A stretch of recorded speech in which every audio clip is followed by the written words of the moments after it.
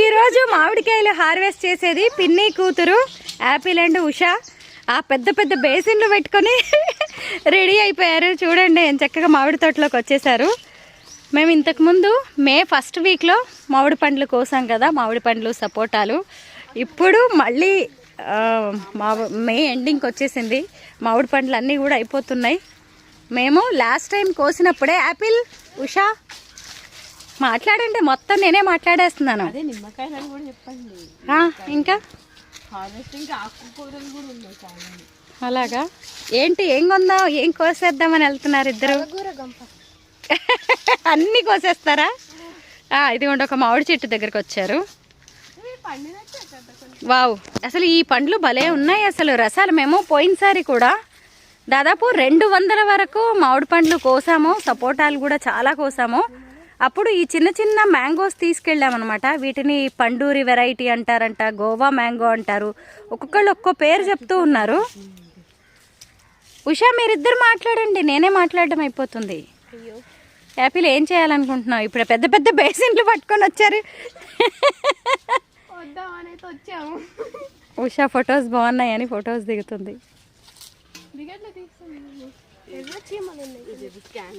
ఉషా ఇందాక ఇక్కడ నువ్వు ఫోటో దిగుతా అన్నావు కదా, కొన్ని ఈ డ్రెస్ లో ఫొటోస్ దిగాలన్నావుగా. ఈ మ్యాంగోస్ తీస్తా పట్టు, మ్యాంగోస్ తో.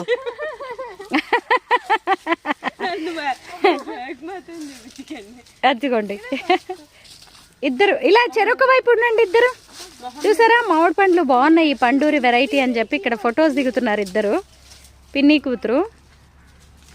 ఇటు చూడాలి ఇద్దరు. అరే కోసేసాక ఏం ఫోటోలు తీయను నేను.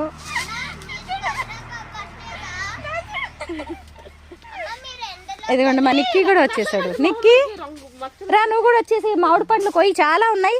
ఇప్పుడు మేము కనీసం హైదరాబాద్కి చాలా తీసుకెళ్ళిపోవాలన్నమాట. మ్యాక్సిమం ఇప్పుడే ఉన్నవన్నీ కోసేద్దాం అనుకుంటున్నాం.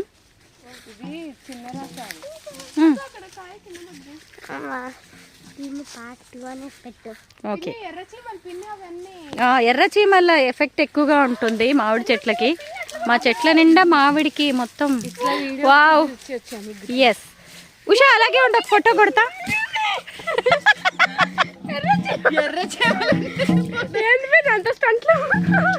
స్టంట్సా? ఈరోజు మా మామిడి పళ్ళు కోయడం కంటే కూడా కామెడీ ఎక్కువ ఇలాగుంది. ఏం కోస్తామేంటో మళ్ళీ మిట్ట మధ్యాహ్నం ఎర్రటి ఎండలో బయలుదేరాం చూడండి.